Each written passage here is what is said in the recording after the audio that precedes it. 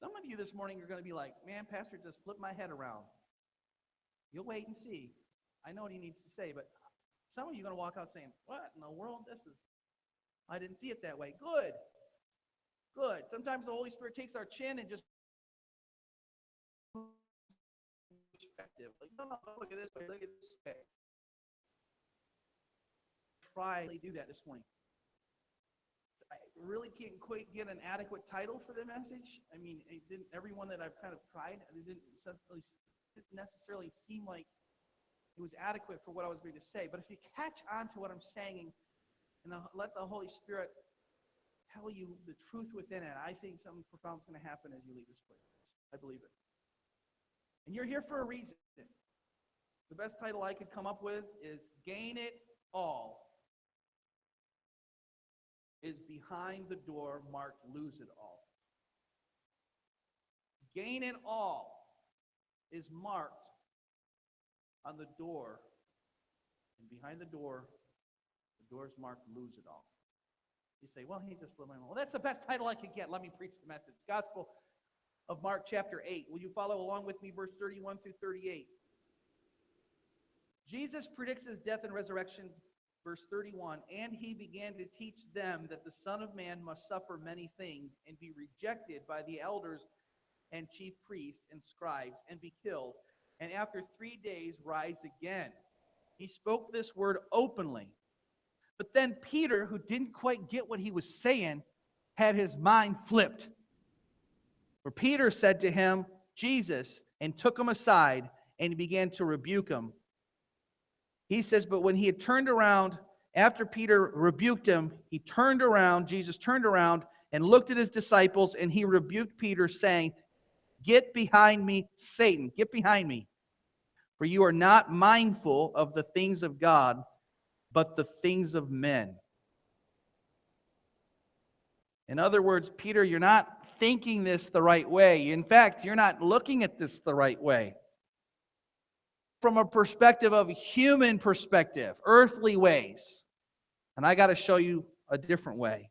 Then Jesus continued. When he'd called the people to himself with his disciples also, he said to them, whoever desires to come after me, let him deny himself and take up his cross and follow me. For whoever desires to save his life will lose it.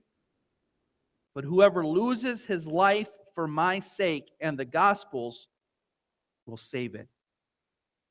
For what will it profit a man if he gains the whole world and loses his own soul? Or what will a man give in exchange for his soul? For whoever is ashamed of me and my words in this adulterous and sinful generation, of him the Son of Man also will be ashamed when he comes in his glory, the glory of his Father and the holy angels. Well, that's a lot there. Many people ask, well, what does life mean? What's the meaning of it? How can I find it? You don't have to watch TV very long before they're actually trying to convince you that you have to buy a product or have something in order to really enjoy life. How many are familiar with the term I'm really living the good life?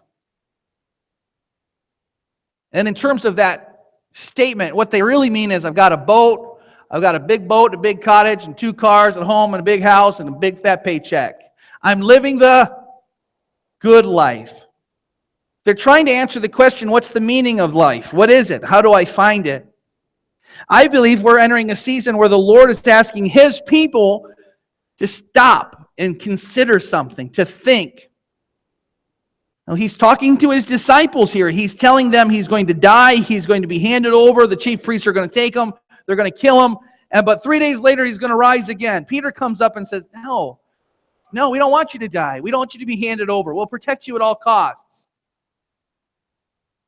And Peter needs to be rebuked for thinking not the ways that the kingdom or the Lord's thinking, but the way the world's thinking. And Jesus says, you're mindful of the things of the world. You're not mindful of the things of the kingdom. In other words, you're not looking at this right. Unfortunately, we are living in a time when much of the church of Jesus Christ is unable to discern the things of God, unable to determine between the things of God and the things of the world. For me as a preacher, it's hard because it's sad because I witness so many churchgoers being hemmed in by the boundaries that society is setting upon it.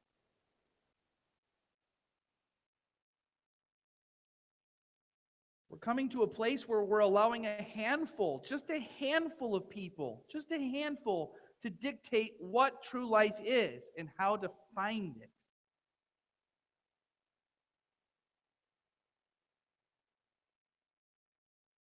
It seems or appears to me we're accepting the broadest path possible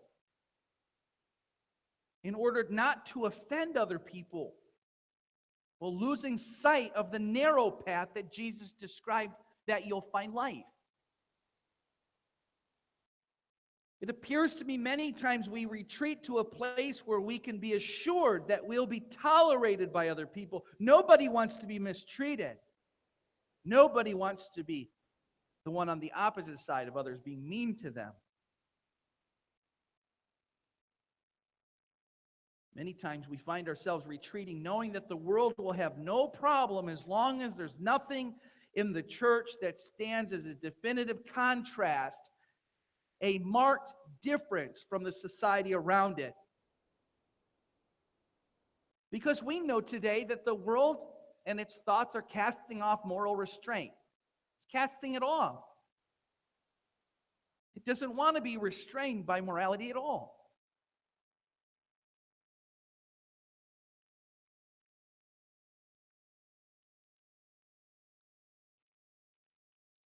As a believer, Jesus does one of these flips with us and tells us this is how you find life. This is where you find abundant life.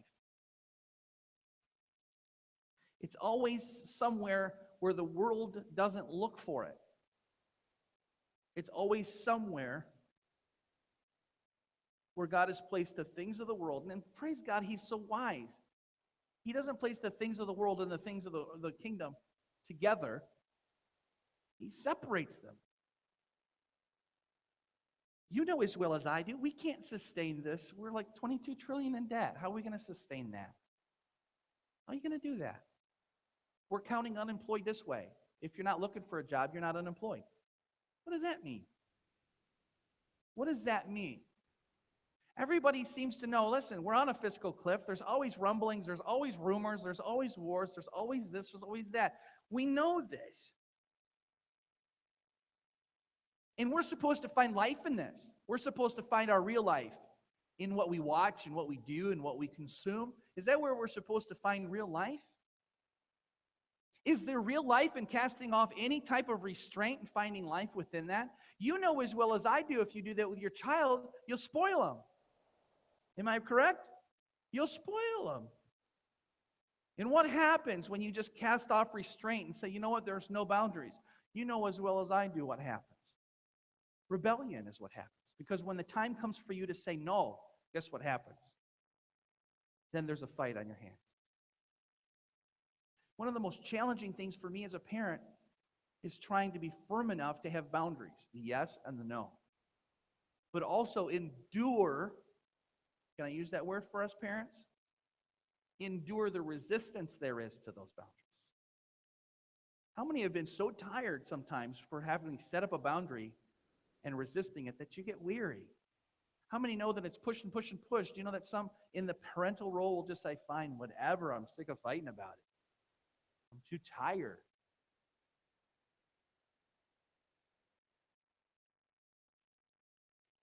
But you know as well as I do that if I consistently give in to that, what I end up doing is spoiling the person, giving them no boundaries. They have no restraints. There's no confine to them. There's nothing to define what's life and what's not life. And then they become rebellious because when it comes time to say no, they'll rebel against the no, the authority that says you can't do that. And we're watching that today in our society. Our prisons have never been more full. But you know, we've got corruption through the whole process. It's rotted from the very core. I think the biggest cavity is probably within a district called Columbia. It's a rotten cavity. Spews out from that. The legislation and the judicial, what are they doing up there? We get it all the way through the country, but you and I were watching this restraint. If there's anything to say, this isn't morally within the boundary of being healthy or being natural, that there's a resistance to that. And the resistance is getting really violent. Listen, I don't care what you think about the political. I don't care who you think is better, Hillary Clinton or Trump. I don't really care. They're both hogging God's stage. God should get the glory. Jesus' name should be exalted. They're just getting a piece of the stage, so it doesn't matter. But I do watch how people behave. I do watch this. Nobody should be punching people in the face. Nobody should be harassing someone because you disagree with them. Something's wrong in society, folks. Can we get that? The moral restraint is being lifted off. It's being goaded. It's being tempted. It's being to find life in that. Are you supposed to find something of a life in that? Jesus told his disciples in this room, he said to his disciples, we're going to go to Jerusalem. It's going to be riotous. There's going to be violence. The scribes and the Pharisees, I'm going to be handed over. They're going to kill me. But 3 days later, Peter looks back and he says, I can see it now. I can see all of it. I can see the punches. I can see this, the political system. Caiaphas is the high priest this year. He saw all of that whole thing. And he said to Jesus, he says, oh, no, that can't be the way. No, that can't be the way. No, can't be. That's a terrible way to go. What you just described to me. Jesus then has to turn and rebuke him because he says to Peter, you're not looking this from a kingdom perspective. You're looking at it from an earthly. You have the thoughts of mankind on your, not the thoughts of the kingdom. In other words, God is going to put his kingdom in a place that's going to be separate from what the world says is life. It's going to be separate, and you've got to look for it. It can't be good for us to be as broad as possible. It's not good for us to do that. We keep broadening our moral values. We keep broadening what the truth is. We keep redefining things so much that it's so broad, and we use and justify those things to such a degree that pretty soon we're going to be like, hey, I thought the way of life was narrow, and few there are that find it. This road is a mile on it. It's because you're drawn into that because the world says, oh, yeah, this is what Jesus really meant. This is what you're really supposed to do.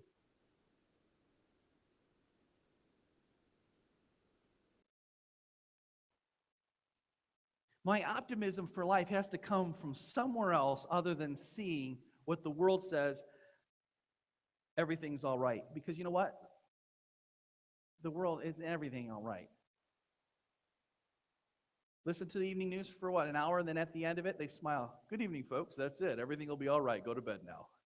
And you're like, how can I go to bed after watching all of that? How can I go to bed when I was like seeing all those things? My optimism comes from seeing two things. Things aren't always as they appear. And two, there's a way that appears right, but in the end it leads to death. You've got to understand that. There's a way that appears to be right, and it leads to death. 30, God says, I set before you today both life and prosperity, death and destruction. I've set it before you. You make the choice. And then he encourages us to. So how do I choose life? How do I do this? How do I choose that I'm living the good life? How many know that they can have the job, have the pay, have the bank account, have the cars, have the house, and still not be happy or satisfied? It's real. Drained and fatigued and joyless as they go through life. But when you mark down all the things the world says you're supposed to have in life, but for some reason, I just can't quite lift my hands up to praise. I can't quite get myself to go into the house of God. I can't quite look for the things of the Lord to be my source of strength. It's happening to many believers, folks. It's happening to many of us. How do I find life? Where's the door? Where's the marking? How do I know? Just point the way and I'll go that way. Proverbs 25:2 says it this way. This is the key here. is not to conceal a matter, but it's the glory of kings to search out the matter. In other words, God has concealed it in order for you to find it. But when you find it, you'll find out that's where all life is. Your life, abundant life, true life, fulfilled life, purpose life. It's all there. But he's not setting it out into the world so that you can wade through the world stuff and say, hey, look, God just put this right out in the world. In other words, it's not just being your best life right now. It's not it's not the suit, it's not the job, it's not the car, it's not walking to the workplace for the promotion. It's not in that place. Jesus told Peter and the other disciples in the Word as he looked at all of them and he said, get behind me. In other words, get behind me, Satan, because I'm not putting into the world's way of thinking what belongs to God. You're going to have to find it over here, and you're not looking for it.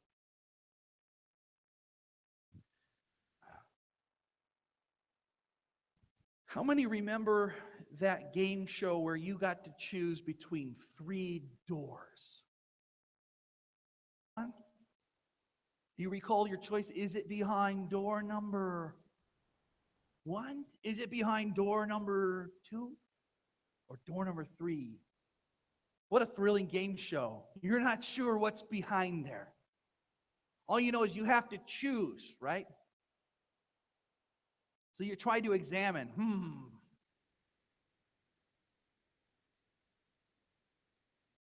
What if I were to tell you there's 2 doorways, 2 entryways?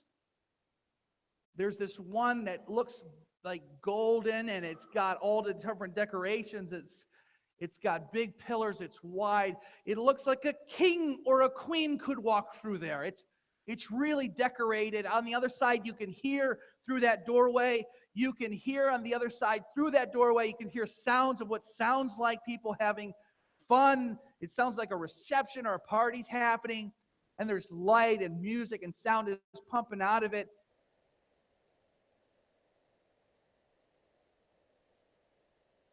You can't quite see what you can look. And then you look over here and you see another door, and this door,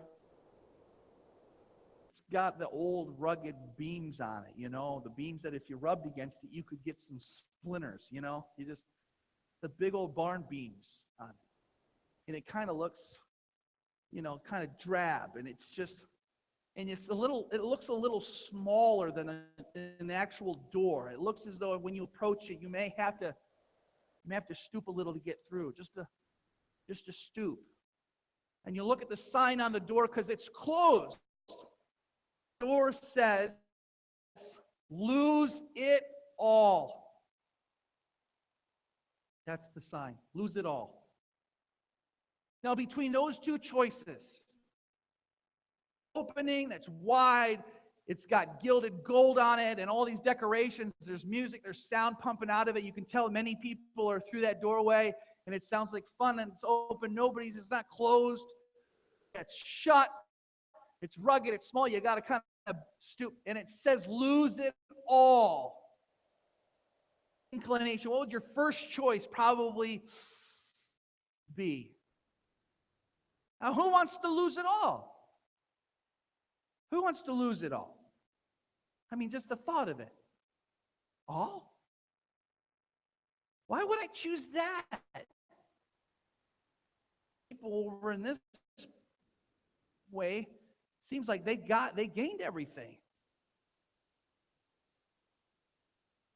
Why would I go over here and lose it when I could go in and gain a good time? I could gain friends. There's probably, it sounds like a lot of people in there. Exactly what Jesus is telling Peter and his disciples. Listen, when you want to find what is, you want to find the way through it to find it.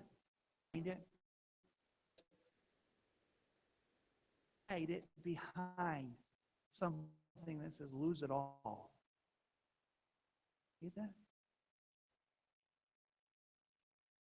In other words, our first inclination is we want to have it all. Give life that way because that's going to feed our own selfishness. I want it all. It's like that old rock song, I want it all. I want it all. All. All of what? Why would God give us life into something that feeds our own selfishness to say, me, all for what I want to do? I want to do it my way. That's all. Of course he's not. So did you catch what he told? He said, if you want to save your life, save it.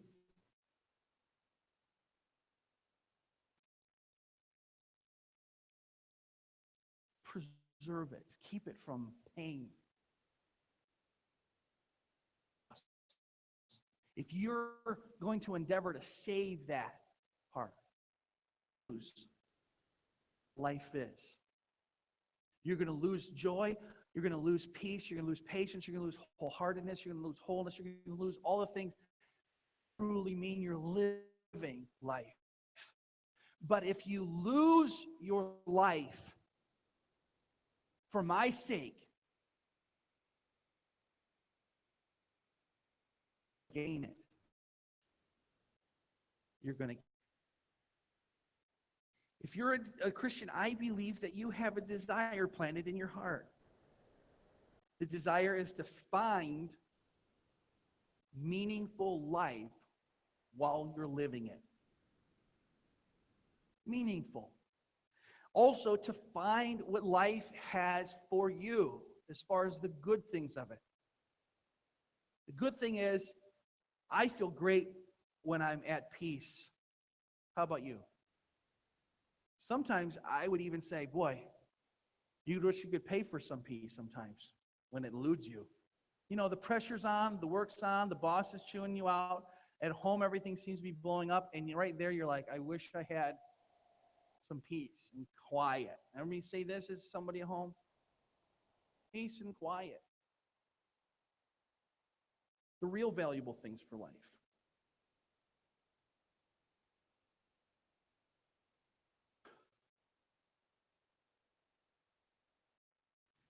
For many years, I was looking for what I thought in my life, thought was life, living life. Until I moved out, because then I could get my own apartment. I didn't really want to always have to come home. You know, because my parents were there. And then if my parents were there, they'd be asking me questions like, where were you? Who were you with? What were you doing? I remember on one particular occasion, my friends came over to my house. Coat on the table. My mom picked it up for some reason to put it somewhere else. And when she did, she had this little box fall out of it. Boom. She looked inside of it and she said, I don't want to. Oh. Put it back in the pocket of my friend's coat. Go back. Then, at a time of her choosing, she said, Jeff, she said, Neil's coat, I was just hanging it up, and I found this. And then she said, now, what are you guys doing? Are you doing anything? What, Mom? What are you talking about? What? Wait. What? No. Yeah, me. Not my coat. It's his coat. You getting me?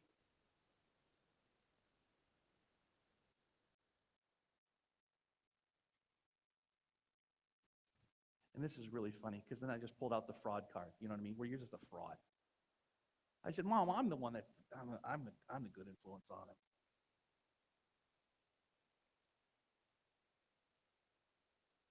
Nothing with me, right? Doesn't matter. I'm the good influence. What a joke. So what did I do? Oh man, I better straighten up. I better be, you know, these friends, I shouldn't be hanging out with these friends. That's not good for me. That's what I did. No, it wasn't. It wasn't even close. I said, don't be bringing your coat in my mom and dad house. Man, what are you doing? You're going to bring the heat on me. They're going to be asking me questions. Now I probably can't go out with you for a little while. You want to understand? What I did was I avoided. Before I was born again, can you believe this? I was a liar. Can you believe that? Before I was born again, I was a cheater. I mean, if I could cut a corner, I'd cut a corner. Before I was born again. So whenever you say, well, you got caught, you know what I got caught? I felt really bad about getting caught. The fact that I didn't feel bad about what I did, I was more upset about the fact that I got caught. So you know what I did? I got better at not getting caught. You ain't going to do that again. You say, oh man, my pastor's a pagan, heathen sinner. Well, I was. But you know what else? I was in church every Sunday.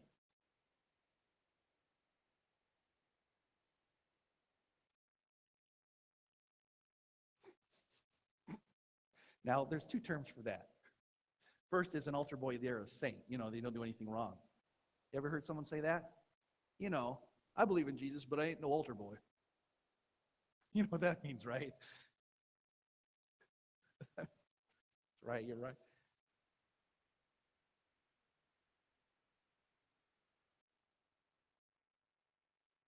Literally take the cross up, lit the candles, and wash the priest's hands. I was an altar boy. I heard messages every week.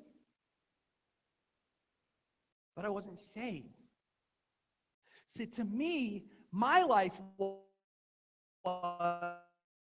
my friends, my things, what I was trying to find a job. That's what I grew up in. I was trying to find a job. Why? So I can get some money. Why? So I can get some money so I can be with my friends and hang out. Why? So we can hang out, What are you thinking? You're buying beer. You're buying a bag of dope. You're buying stuff with your money, but you don't have any money. Man, we're broke. We need a job.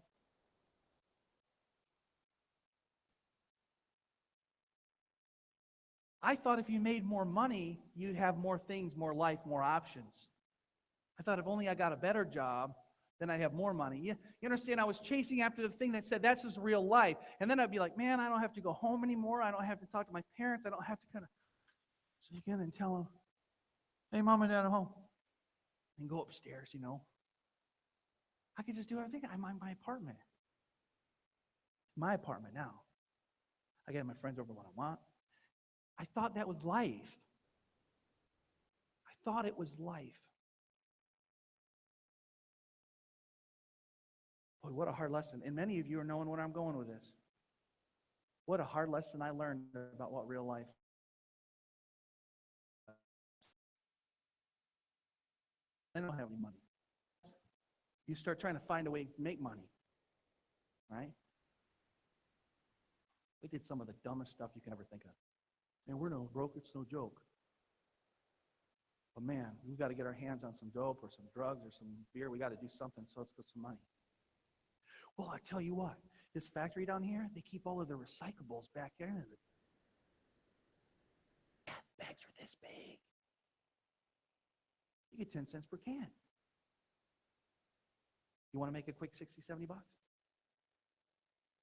This is the thing my friends were talking. Now, instead of me saying, oh man, that's not good, we were thinking, well, we could get some cash in our pocket. In other words, we could get what we thought was life. If we didn't have any money, we'd have to find out how to get it. And if we didn't have a job or had a job, we needed a better job. And then we were at a job, we said, this job stinks. Well, it pays so low. Well, of course it does. Everything was just a drag unless we could be with our friends and do what we're doing. We thought that was life. We thought that was life. Now, I was fortunate enough to actually end up making, some good cash under the table. I worked antique shows, antique dealers, did the shows once a month, and he paid in cash. So I'd have cash for like the summer. But it wasn't enough for what I think I needed. When I got out, I found a job in an apartment. What a failure that was. Could you imagine this? I'm like 18 or 19 years old, 19, 20 years old. Know what choices to make to find what real life means. Like, my own place, out of my parents' hair, living in a bigger city, because of course the city I'm living in is too small. So there, I'm living in a big city where everything's happening. I mean, that's where all the fun is. And you get the apartment, okay? And I find out that, you know what? Your rent is due, your heat is due, your cable's due, your electric's due, and all that stuff, right? And all of a sudden, that job that you thought was making you a bunch of money ain't making you enough.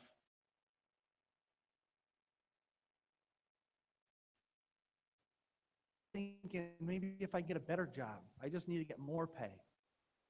I just got to get that breakthrough, that break.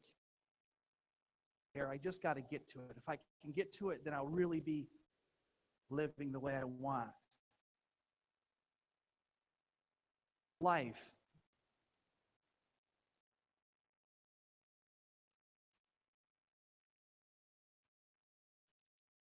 You know, when I was 18, my parents said, you don't have to go to church anymore. You're 18. You went to college, you're coming back. And you know what I said? I could sleep in. But what I discovered is that after the first 6 months of that, you kind of find yourself just kind of wearing down. After a couple of years of it, you find yourself kind of in a place where things kind of seem oppressive. You know, you can't really get ahead. Things always seem to happen to you, things like that.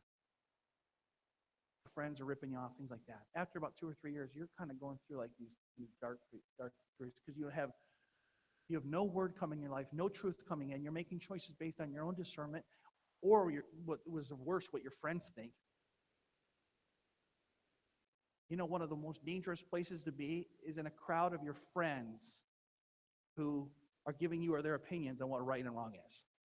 It's the dangerous place to be. Because they're the crowd behind that door that's partying, and yeah, that's the way. Well, I learned that the hard way.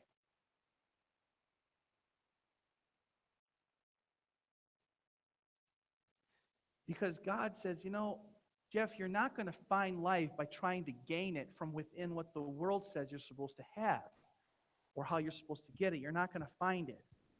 And I thank him today for this. He started taking things away from me himself.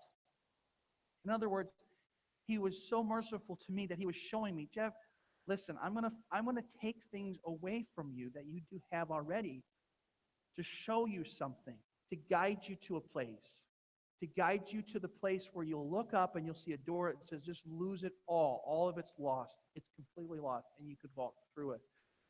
You're going to find life. Slowly but surely, year after year, that's exactly what he did. Taking things away. I didn't get the promotion. I didn't get the job. I didn't stay in the apartment. My friends all got busted. They went away. In fact, I'm going to tell you something. This is funny now that I talk about it. I didn't realize that when my friends were getting busted around me, that they were watching me too.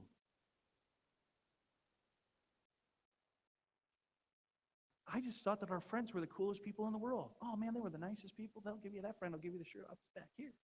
Here, Jeff, what do you need, man? I'll help you out. I didn't realize that they were watching all of them. So when my friends were getting busted, and they'd come back and say, man, I just got busted or whatever, I never put it together. I was just like, oh man, I should probably, stay away from this scene, that kind of thing. I didn't put two and two together I didn't put it together. I was like, oh man, that's terrible.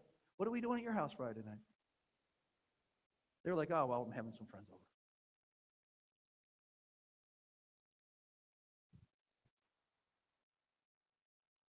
Until one day, I went out to get a sub at Blimpie Submarine Sandwich Shop.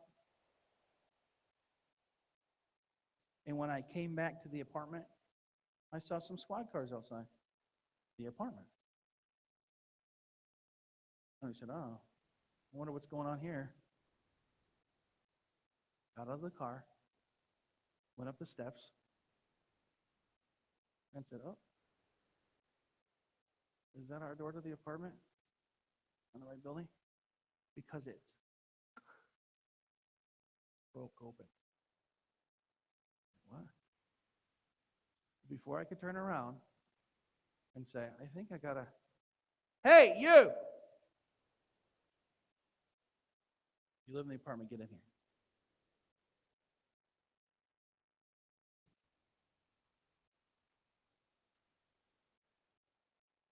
Scary thing. Next thing you know, you're sitting down in there answering a bunch of questions. You know so-and-so? When were you this time? What this time? This time? Of course, I'm broke as a joke. I'm not dealing. I got a jalopy for a car. I got no money. But it didn't matter.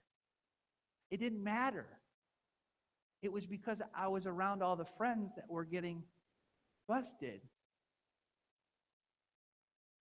that I got caught up in all of that.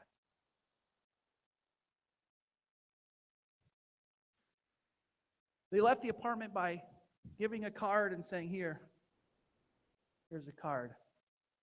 We may call, we may not. We may come, we may not. They didn't find anything in the apartment. There was no food either. The fridge is just bare. There's nothing in there. But they were like, you know what? We'll be back if we have to. Here's our card, Detective so-and-so. Here's the warrant we served. And I said, man, I better straighten up and get this thing right. No, that's not what I said. I said, I better move. It's like, I better move out of here. Time for me to move. I got to get out. The door won't shut. He's like, boom, boom, boom. Not a good feeling to sleep with the door open. Hey, you going to fix the door? You going to fix it before? Put a chair in front of it. The apartment complex isn't really happy with us either. They'd be like, yeah, it's probably time for you to move. I'll move. Maybe I can start again. I'll move. I'll get a good job. I'll get some better pay. And an opportunity came to me to move out of state. So I'm taking it. I'm going to move out of state. Maybe I can get that good paying job now. Maybe I can get a place of my own. I can be far away. But God wasn't done with me yet because he kept seeing me try to find what I thought was living real life, living it. He thought as I was going through that large, broad door back and forth and hanging out with those people and coming in and out of it, he knew what I was really looking for. Every time I went through that broad door with those friends, he knew that my heart really needed, what my heart was really trying to find was real life. The only problem was I kept looking at that door that said lose it all. I kept looking at that door and I'm like, I'm not going through that. Who wants to stoop down and get through that thing? And look at it. There's nothing behind there. It's just dust and cobwebs and boredom. Why would I walk through there? It looks like there's a dungeon behind there. Why would I want to go through that door? It's decrepit. It doesn't look right. It doesn't look like fancy and nice like this doorway. Why would I do that? Plus, my friends are in there. In fact, there's one going in right now. Hey, hold on. I'm coming with you. But every time I'd go through that door, with those friends and the noise, I'd always come out. Guess what? I never felt fulfilled. I never felt. Never filled me. It never gave me what I was really looking for. God knew that. He knew it. He knew it. So he started to take things away from me. Take things away, take things away, take things away. He took it all away.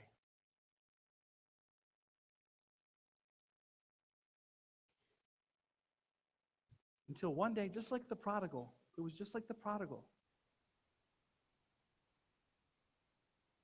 It was like coming to your senses. I was like, man, I keep trying to get better. I keep trying to have it. I keep trying. Listen, my friends, they're all gone. High school friends, where are they? They're not even anywhere. All the people that you thought were going to be around forever because they're the best life in the party, and if I could just live with those people, they're gone.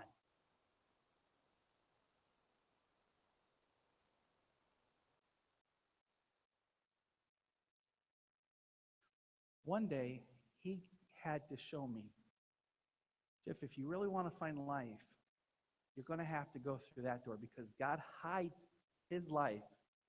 He conceals it where the world doesn't go.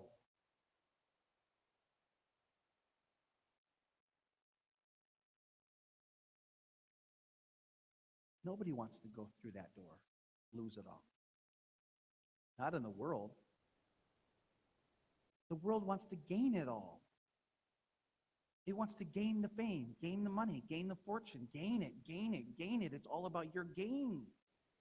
It's about more fun and more this and more that, right? It's all about gaining something, getting mine, getting it all. Even a Christian can say to themselves, we're like, it's fun though, you know. But you won't find what's really life. I remember the day I reached out to turn that knob on that door. I remember the day that God brought me right to it, and I had to make the choice. I had to make the choice. I can save my life. That means it's mine, my life. I can do it my way. I can do things what I want. I can save it. I can try to preserve it. I can try to say, I'm going to preserve my way of thinking, my way of doing, so that it fits me. I can save it. And I was trying my hardest to save it. I was trying to have the right friends and the right things and do the right things and go the right places and save that lifestyle. Or I could go to this door and say, you know what?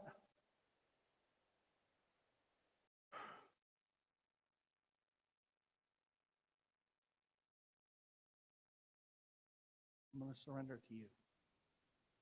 It's yours. It's your life. I remember the moment in the day that I had to make that choice. And I turned that knob. I opened the door.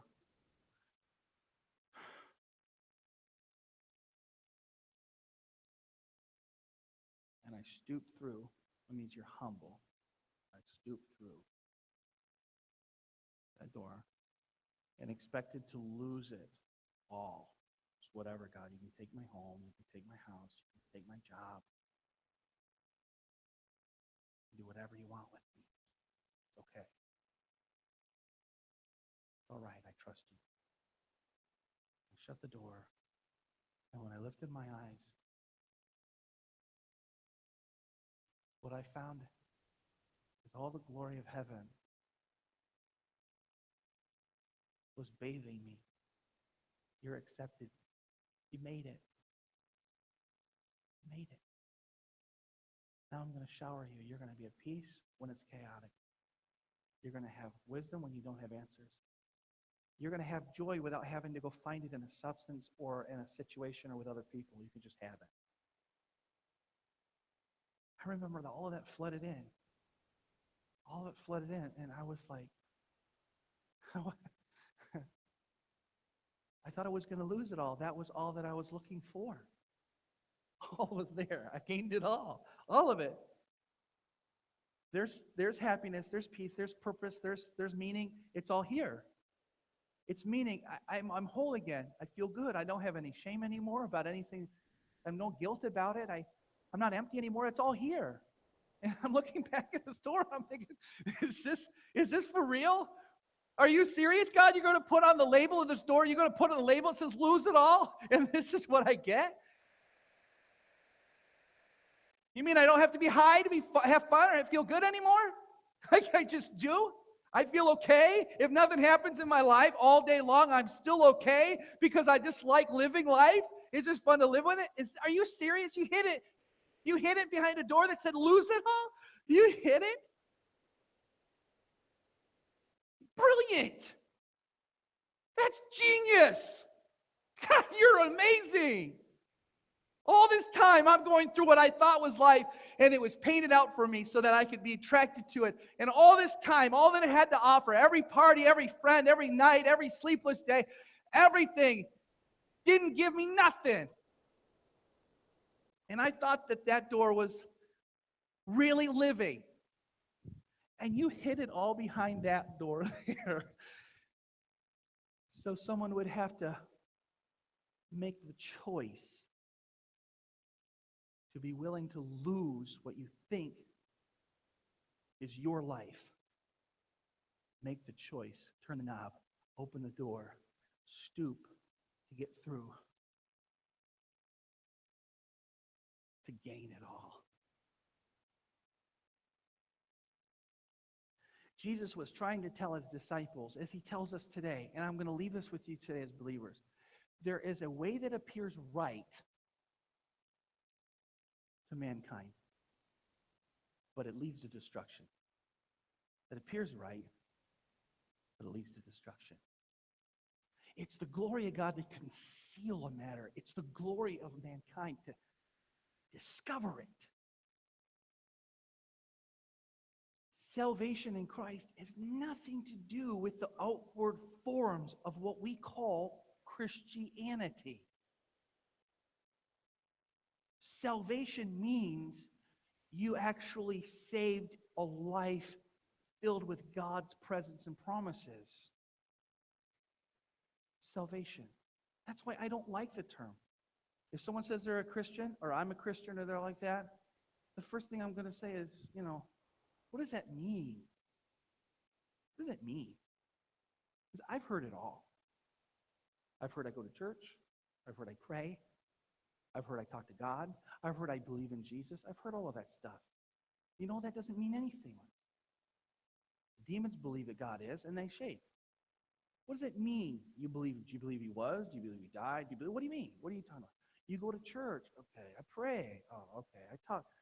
What are you praying to? Who are you praying for? What are you doing? What's the conversation like? Jesus said it real simple. He never used the term Christian. That was a term the world said they're Christ-like. It was the way the world said, man, they act just like Christ. Look at how anointed. Look at how life-flowing they are. Look at how they live. They could see a difference between the pagan world going to pagan, is it the temples? Going to the bars, going to the clubs, going to all that stuff. They saw a difference. They said, they don't go to the temples anymore. They don't go to the feasts. They don't offer this. They don't offer that. They don't do this to these demons. You're different. You're feeding, helping people. You always look like you're happy. You always look like you're going through. Man, that's a description of Christ. You must be Christ-like. That's where it comes from. Christ-like. I don't know what we did with it. The world says, oh yeah, they say they're a Christian. And that's a bad rap, because I don't know what it means. But Jesus said it this way. He says, you'll know them by their fruit. Well, what's that mean? That means when I'm flustered and my wife has peace and she says, listen, it's going to be okay, honey, it's all right. Guess what? I can walk over and I can take some of that peace and like a fruit, I can literally say, let me ingest some of that. Let me have some of that. Let me have some of that peace transferred. She has fruit. Then I can say, yeah, but all of that's going on, but she still has it. It's fruit. Now I'd say that's fruit from a tree. And I can say, I can tell from her fruit what she's like. Jesus says you can tell by their fruit. He didn't use terms like that. You can tell by their fruit. He also told us that he's going to prune us so that we have more of it. He's going to work on our lives. He's going to clip and prune and all that. He also told us that he's the vine and we're just simply the branches, and we have to depend and rely upon him in order to pull that life source. In other words, we need to choose that. I find that I have to keep going through that door consistently in order to find real life. In other words, I can't come out of that door that says lose it all and go into this one and spend some time in the world and then spend some time. I can't it doesn't work that way. Okay? Because I'll go over here, I won't have the fruit. And I'll go over here and I'll get real life. I've got to choose to be humble and say, I'm going to lose it. I'm going to lose it for your sake. The issue is it's hard for us because we don't want to lose anything. Is that true? Let me close with this. Nobody wants to lose their job. Nobody wants to lose their kids. Nobody wants to lose their house. Nobody wants to lose their reputation. Nobody wants to lose an argument. Nobody wants to lose. Am I right? Nobody wants to lose anything. But Jesus says, you're not looking at it right. If you're going to look into the world, you're not going to find, first of all, you're not going to find the things of God in there. You're not going to find them in there. You're going to find a poor representation, a bad copy of what's supposed to be the real thing. You'll notice that the doorway isn't real paint. It's kind of like that fake gold spray paint. You know what I mean? That looks good maybe on a wicker chair, but it's not part of a door frame, you know? You go in and you'll say the music it's got sound and but it doesn't necessarily, it doesn't last. I got to keep listening to it. I got to keep watching it. Everything in it is a fake representation.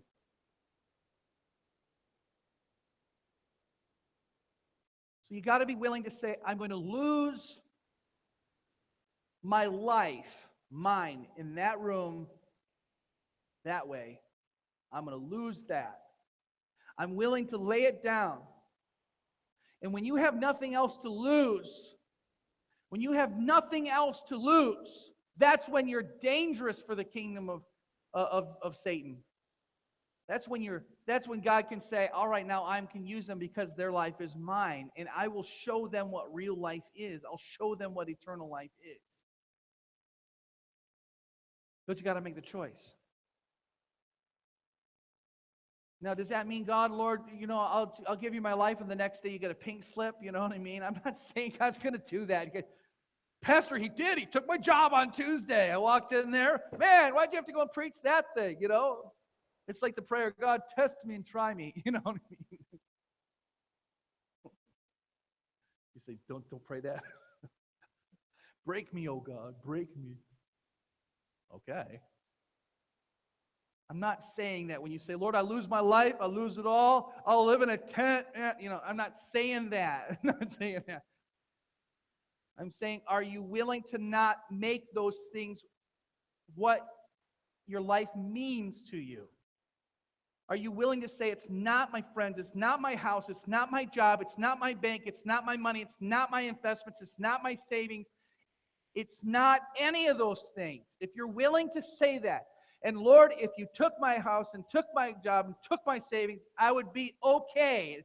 As Job said, though you slay me, I'll still hope in you. Though you slay me. Are you willing to say that? Because when you say that, and when you're willing, and God knows you're genuine, when you're willing, you're surrendering your life. And when you surrender it, guess what you find? Guess what you find? You find real life. All of a sudden, I'm not worried about what the bills are going to be paid. They'll be okay. God's got me. I'm not concerned about whether or not I have that. It's all right. God can provide. I'm not frustrated about that because He's going to show me a way. It's all there. Why would He mix it up with a commercial? Why would He mix it up with celebrities? Why would God tarnish His name and His word by putting it around the necks of the political system and those people that are frauds? Why would He do that? Why would He put everything that has to do that room in this room with these people? Why would He have them carry His message of true life when all they tell you is all selfishness and narcissism? Worship me, buy my this, buy that. Why would He do that? Oh no, He's not going to do that. He's not even going to come close to that. And He said to Peter, your mind is on the things of the world and not on the things of God.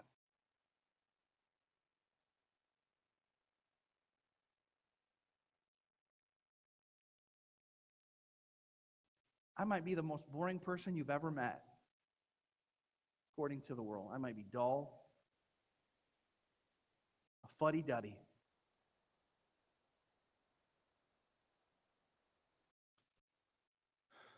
But on the inside, in me, I did too. On the inside, there's a party going on. I'm just fine. And every once in a while, I'll crack that door so that you can see me in there. Every once in a while. Sometimes you'll see it come out. like when I'm singing, or I'm clapping, or I'm shouting, or I'm praising, or I'm just being funny with somebody. It comes out. The party on the inside, it comes out. And I don't need all the other people to make it. I find it right by myself. I can find a trail and be myself and still have the party with me. Because it's all here. I don't need to crowd it out with all that. When I start going that way, I crowd out that party, I dull it, it doesn't become fun. And I can tell a believer that's been through the world that tries both ways. They come in and you know what? The things of God, like if I sing a song, you folks, I've been through this. I've been ministering. I was at a place where I couldn't even sing a song because the congregation, you see, when someone loves their sin, they're going to keep it. And when somebody wants to sin and be a Christian, they're miserable. And then they're miserable.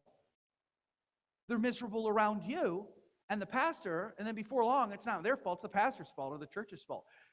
I've been through it all, but there was times where I had to sit there and take my guitar and put it down. And I literally have to ask this stuff. I almost have to take the church by the shirt collars and say, get out of the stinking world. It stinks. Stop taking showers in it. Stop walking in it. Stop wanting to live by it. Stop taking its advice. Stop doing that. They're going to make the way broad. Broad is the way. Wide is it. But that's tolerant. But broad is the way that leads to destruction. You're going to add every other behavior and say, you can still get there. You can't get there. But the church has to say, wait, I got to take it by the wait. We've got some believers that have gone in that room and come back with these great ideas. They come back and they say, you know what? The church would be a lot more fun if we did it like that. Come on. Maybe that'll help people be happy. I can get up here and sing a song like you like. Maybe you like country music. Well, we'll sing some country songs. And you'll say, I like this. I could do it. I could do techno. You like techno? You want techno? Praise. You like that? I could do that. We could try. We could try to do any other way to try to make people happy in the house of the Lord. Then this is what happens. The song's going and you're happy. Then the song stops and you go,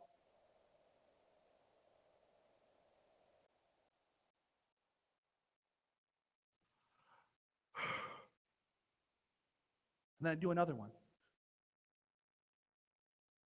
We're doing that right now. Or I could say, listen, I don't care what you're playing. I got a song going on the inside. You guys don't know what I'm singing.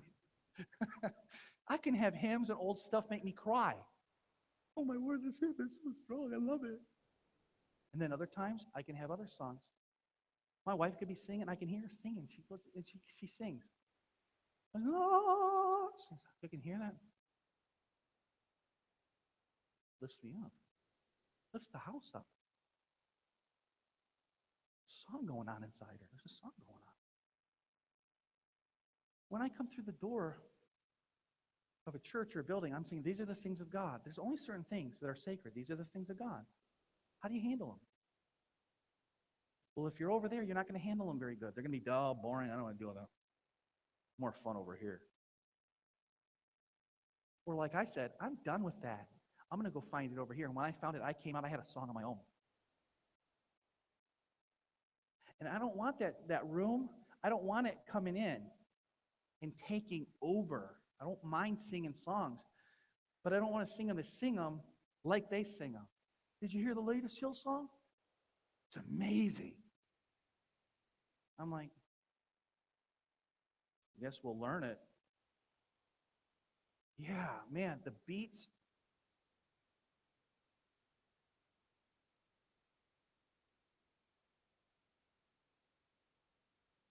Where am I know? I'm like, I like Christian music. Keep it on. The message is there. But man, you have to sound like every other secular band to sound. Does it need to sound exactly the same? Do you have to find an artist that sounds exactly like this to sound like this? Do you have to literally? Not necessarily. But we're getting there. Keep it on the message. Don't be playing the other secular stuff. The message is death. Don't you? Do you need that? For me, I got to the point in my life where it's not about the form. It's not about the form. It's about the anointing. It's about what's inside. That's where I got in my life. I got to the point where I'm discerning whether the person has the real goods, as my wife says all the time. Do they have the goods or not? Do they have the real deal or not? Don't give me the fraud. I don't like the fake stuff. Give me the real deal. Give me the real fruit, because I don't like that pretense. That's where I'm getting to discernment. So that matters to me, the form function deal. Does the person have real? Did they walk through that door that said, I surrender my life? Now, what will happen is God will make you to that door. He'll get you to that door, so one way or another. So you have a choice. And you have a choice to open it. He'll get you there. You'll have to surrender it all to gain it all. Can I encourage you to walk through it? Walk through it. Even though the sign says lose it all, walk through it. Go through it. That's where God is. Yeah, that doesn't make sense. It's not supposed to. What? No way. I'm keeping my stuff. Fine. But I'm encouraging you, nothing of the things of the kingdom, none of them are going to be where the world is at. It's not going to be his. It's going to be the opposite. In fact, if the world says this is it, turn the other way. It's probably the other way. Just turn away, do the other way. Do it exactly the opposite. Just do the opposite. You'll be going in the right direction. Now, I learned that. Who this morning is willing to do that? Who's willing to turn that knob and stoop down? Because you don't. Look at this. Hey, my friends, what's up? You know, you stoop because you bow before a king. You stoop. Your life goes down. His life goes up. You're losing your life. Remember, you're not keeping it. No one's announcing you coming in.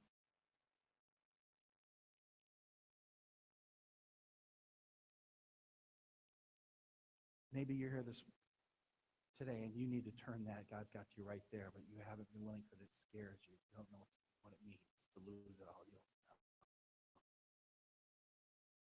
You're there. Because that's where you're going to find all your life, all the meaning, all of its purpose. You'll find everything there. Everything is there. What God means to you, what you mean to God, it's all in there. But you need to turn it and walk through that door. Jesus says if you lose your life, you'll gain it. If you save your life, you'll lose it. Maybe you've done it, but you keep going back to that the rest of your friends are, and you keep going back to see you don't look as comfortable as you used to. You don't quite feel like you fit in like you used to, but you still kind of want to have that connection. So you go in there, and it's not as fun anymore, but you know you found where real life is. You just got to get out and go to it. Maybe that's you this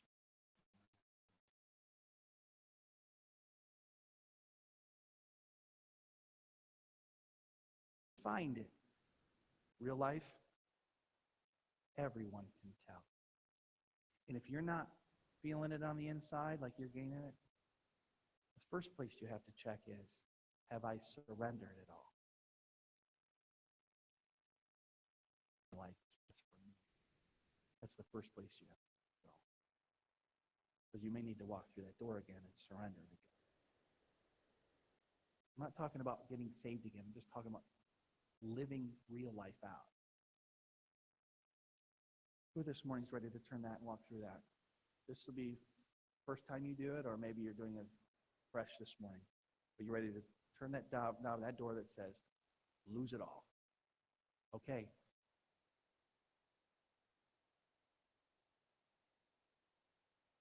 I'm willing for you, my life. Who's willing? Raise your hand. Yes? Turn it. Okay, stand up with me real quick here. This is what you're declaring before the Lord.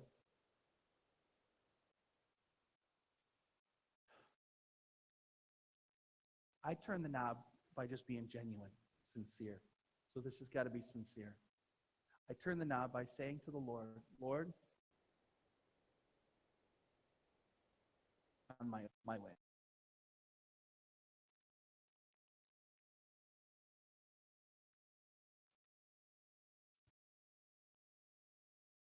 But I want you to come into my life right now and have your way. Would you say that with me this morning? Just acknowledge it. Just admit it. I'm trying to do things my way. Go ahead and voice it. Your way, the way you say it. Lord, I'm trying to do things my way.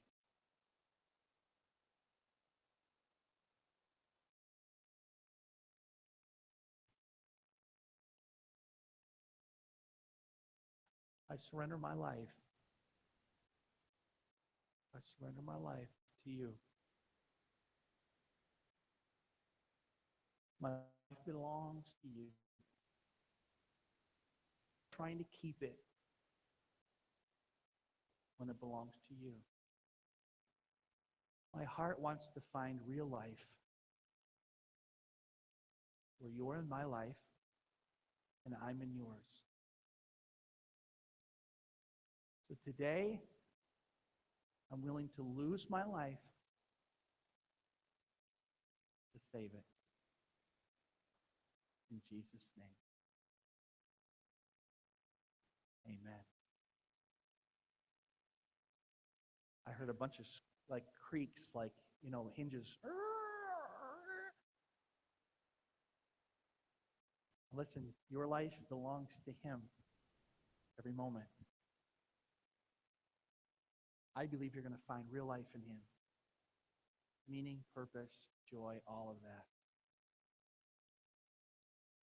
All of that. Keep going in that room. Keep laying your life down. And turn your back on that big room, and we'll turn it. It's going to be hard, but turn it as much as possible. Turn the TV off. Turn this off. Turn that off. And start going for God. I believe what will happen is that you'll come into the house of God, and that'll be it. We'll see it. It'll start coming out, because this is where you show it. In Jesus' name.